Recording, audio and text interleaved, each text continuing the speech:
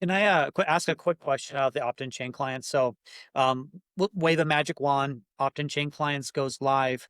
How does that work from a node operator's perspective? Can they then turn off certain claim chains with no risk of being slashed, or is it just initially opt in every chain thereafter? Like so, Polkadot they don't have to run or whatever. Yeah, so if you haven't opted into any chains, you are by default all chains, which is the current behavior now. Like nobody's opted into any chain right now, everybody's running all the chains. So it's the same behavior, right? If you want to say, I don't want to run, Monero or Bitcoin or whatever it might be arbitrarily, I only want to run these five chains, then you can tell the network, broadcast a transaction, say, I want to run these five. These are the five chains I want to run. These funds here. And then what happens is on the next churn, then that's when you become, accountable for observations and signing and all those things with that particular chain. You can't change between churns. You can only change. You can notify between churns. You can just like, it turns tomorrow. I'm letting you know now that I don't want to run Bitcoin anymore or whatever. That's fine. But then it doesn't actually shift until the churn happens. Because when the churn happens, that's when we're creating all the vaults. And we want to know who is owning what vaults, right? Who is signing for who's going to be partners with who to secure which asset of what chain of whatever, whatever, whatever. And so you broadcast between churns what your intent is, and then that gets realized per churn. I have a question now. Let's say hypothetically, I don't know how to explain this. Let's say there's a node, two nodes that exist, but they literally do not have assets that touch. Well, of course, there's Rune that's touching everything. I get that. But let's say there's Monero and Ethereum node, what random example. And then let's say there's an XMR Zcash node, random example. Um, I don't know. I'm How trying to does ask it this put question. put them all together? Yeah, like so like they can't communicate, right? So how does that work on the No, they network don't. I level? mean, well, first of all, the rune is not an issue because rune is not secured via Bifrost, right? So that's not even a part of this conversation. Okay, Rune is okay. internal to the network. It's not external. It's an exonerous asset, so it doesn't really matter in the context of the conversation. But how the logic more or less works is that we get the full list of Bitcoin people, for example, right? Who wants to do Bitcoin? And then we create a vault divided by the number of Asgard side, which right now is 20. So if there's 100, 100 people doing Bitcoin, we create five for that particular instance. And then for Ethereum, we create whatever we create over there. If there happens to be a situation where the same identical group of people want to support one or two or more of the same chains, which I think is likely to happen because I think everybody's going to support Bitcoin. I think everybody's going to support Ethereum. I don't think there's me like maybe there will be, but you never know. But like probably everybody's going to support like those basic ones. Then it'll like combine those together into a single Asgard vault for those two assets for Bitcoin and Ethereum in that situation. But something like Monero, or maybe Solana, maybe, or whatever it might be, they have a very unique signing set, like a unique set of people. These 9 people, these 12 people, these whatever the 38 people, whatever the thing is. That's very unique to that one specific chain that they have these 38 people, whatever the hell the thing is. Then you would have a separate vault just for this Asgard vault, just for this chain, just for this asset.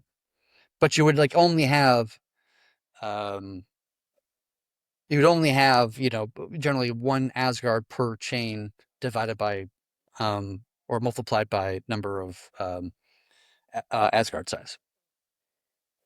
With opt with opt-in chain clients, if they're let's say that we don't add any more changes hypothetically, let's say, and then we add opt-in chain right now and nodes delist certain assets for whatever reason, right?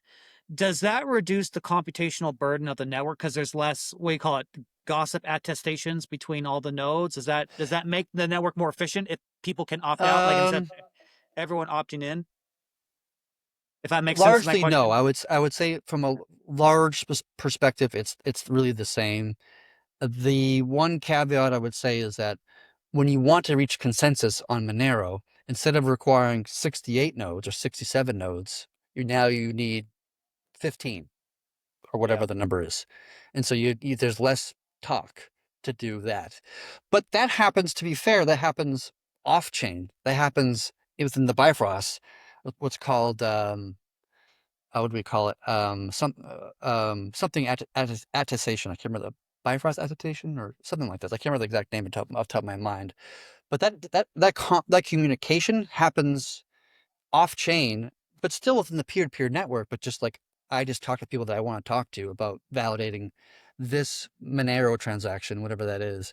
And then we all just share signatures with each other's. And then one dude basically broadcasts a transaction to Thornode saying, we all saw the same thing. There's 75 of us or there's 12 of us. We all agree that this is the result. We all have signatures to support and prove that. So we actually did that change like a year ago where the consensus is not happening on chain, the consensus is actually happening off chain to make it more efficient. And then we just broadcast the consensus once it's reached. Cool, cool. Kenton, I want to kick it to you. I've been talking for a little bit. If you something you want to ask or add. I'll just kind of add to the conversation. So I think, like, kind of go back to my concern about nodes not running Monero. I guess this would be one of the nice things, positives about having the third party bond providers is, if they have a node operator who won't do Monero, but they do, they just go find a new Yes. node operator, Yeah, and that's true. so be probably arguably be the bond providers who drive this more than say the node operators. Yes. Right? And if some node operators just aren't comfortable with it, that doesn't mean we lose that node. We just lose that operator. And the BPs on that node can go find a new operator who is comfortable with it and wants to do it. Yeah, yeah. So it forces the node operators to compete with each other on that front. Um, Yeah, that's an interesting kind of like dynamic because I had to be honest, I hadn't thought about it until you mentioned it. But like this idea, like it's kind of interesting. And me as a bond provider, I don't have any risk of being a part of a node that runs Monero. Like me as a bond provider, I have no control over this. I'm just giving my rune and blah blah blah. Like I probably cannot be held liable by any stretch of my imagination, I would imagine. But I do want whatever node I'm bonding into to make the highest yield possible, right? Right. I don't want low yield nodes. I want high yield nodes, and high yield nodes run more chain clients, right? And so the more chain clients you run, more chains you support as a node operator, you're probably going to attract more bond providers. yeah, because the cost for the node to run a chain client isn't reflected in that node's yield. That's an outside Correct. meat space cost that the operator is fronting on their own. The yield to the nodes doesn't change based on the person's hardware that they're running. So yeah, Right. so every pool, every chain you're not participating in, you're just getting that automatically less yield. There's no, Right. yeah, okay, In order to be competitive as like a operator, like if I'm an operator and I don't want to run Monero, right, for whatever Yeah. reasons, I just choose not to. I have to be attractive in other ways to the bond providers to get them to bond provide. I mean, so instead of charging, 20 bips or whatever the number might be in fees for my operator fees, I can come down to 15 maybe, right? And try to attract, bond providers that way instead of doing it through some other mechanism. So there's going to be some levers that people are going to push and pull, and then the free market will, and yeah, assuming the free market is an efficient one, meaning that yeah. all information is readily available almost in live time, then the free market should find some sort of solution for all this and come to some place. And and obviously the hope is that the result is we're going to have lots of nodes running lots of chain clients. Like from a protocol perspective, we want that. And hopefully the alignments go in that direction. And if it's not, then we'll rethink things and make some tweaks and changes I, to I think it align. will.